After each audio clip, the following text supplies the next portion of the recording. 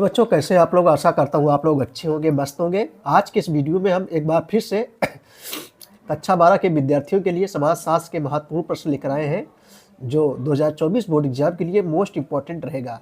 तो चलिए बच्चों, कक्षा 12 के विद्यार्थियों के लिए समाजशास्त्र सबसे पहले विकल्पी प्रश्नों को जो है देखेंगे। समाजशास्त्र के महत्वपूर्ण प्रश्न। पहला क्वेश्चन आपके सामने जा रहा है कि समाज क्या है। देखो बच्चों, थोड़ा टाइपिंग में मिस्टेक हो गया है, आप समझ जाइए। समाज क्या है, मूर्त है कि अमूर्त है, कि ए और बी दोनों है, कि इनमें से कोई नहीं। तो बच्चों यहाँ सही जवाब जो है बी हो जाएगा, यानी अमूर्त है। समाज क्या है, समाज एक है, अमूर्त है। जाति का संबंध है, जाति का संबंध है। देखो बच्चों, थोड़ा टाइपिंग मिस्टेक। आप जाति का संबंध है जन्म से, कर्म से, परिस्थिति से, वर्ग से।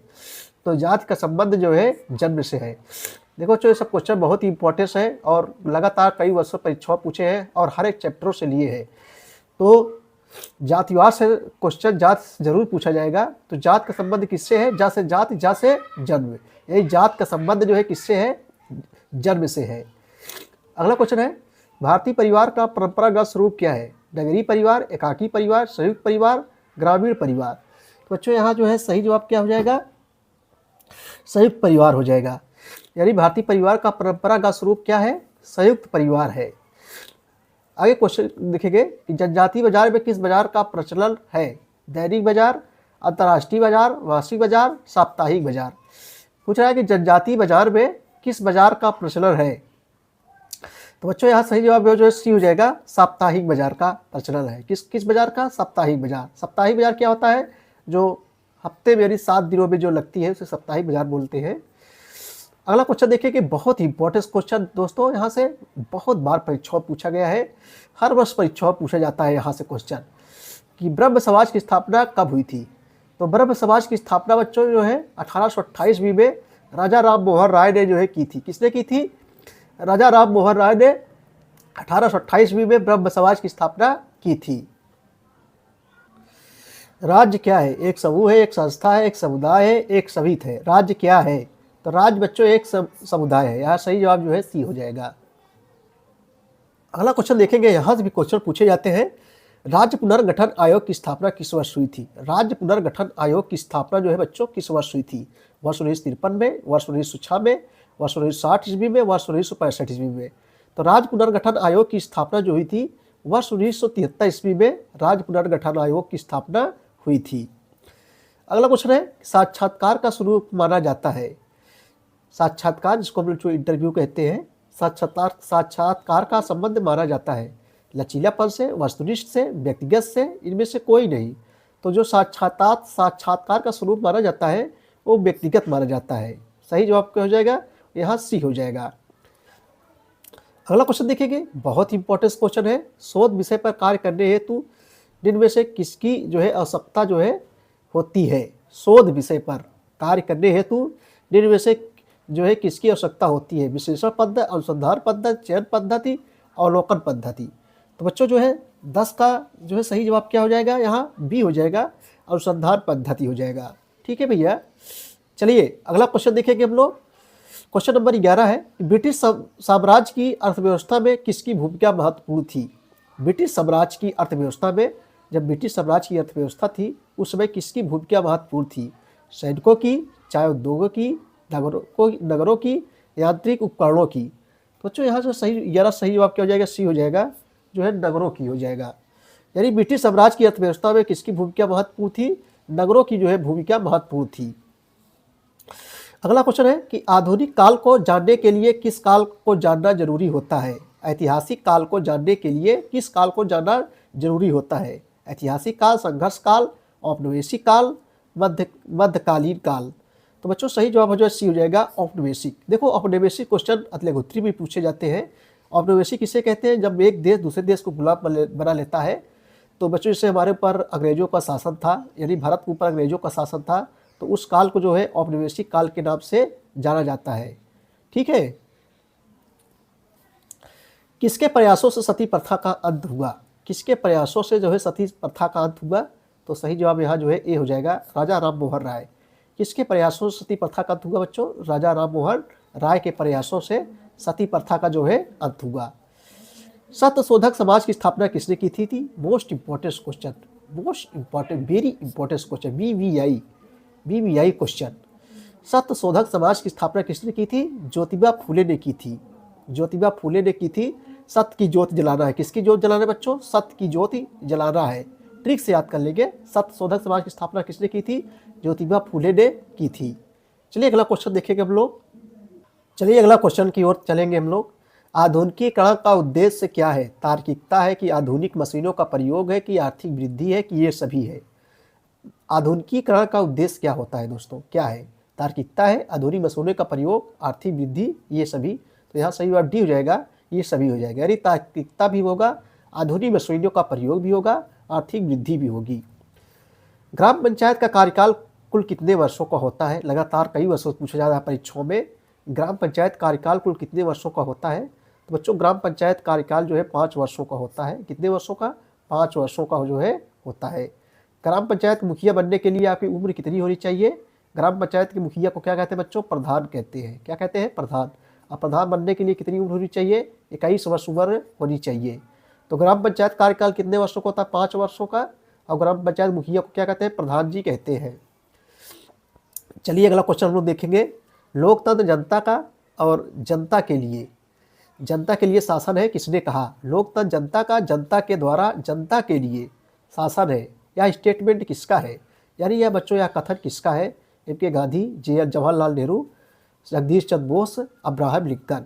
सही जवाब यहाँ जो है क्या हो जाएगा? डी हो जाएगा, अब्राहम लिंकन।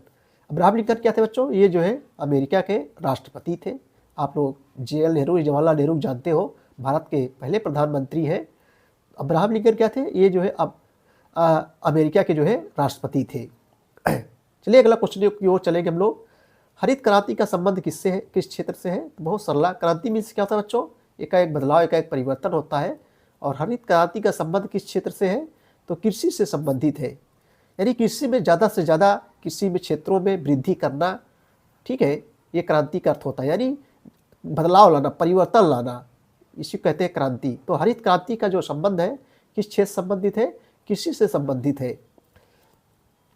चलो अगला क्वेश्चन की ओर हम लोग चलेंगे। ग्रामीण समुदाय की प्रमुख विशेषताएं हैं।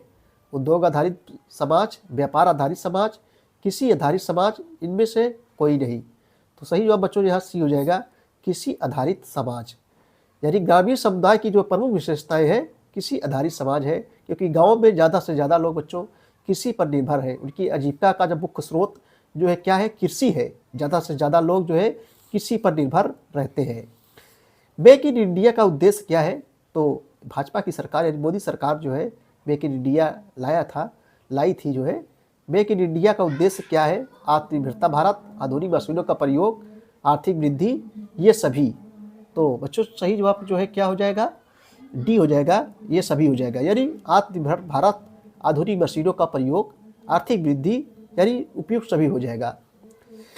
किस वर्ष से भारत में दूरसंचार विस्तार अधिक तेजी के साथ हुआ? 1960, 1970, 1980, 1999। किस वर्ष भारत में दूरसंचार विस्तार अधिक तेजी के साथ जो है हुआ था? तो बच्चों सही जवाब वर्ष 1999 ईस्वी में।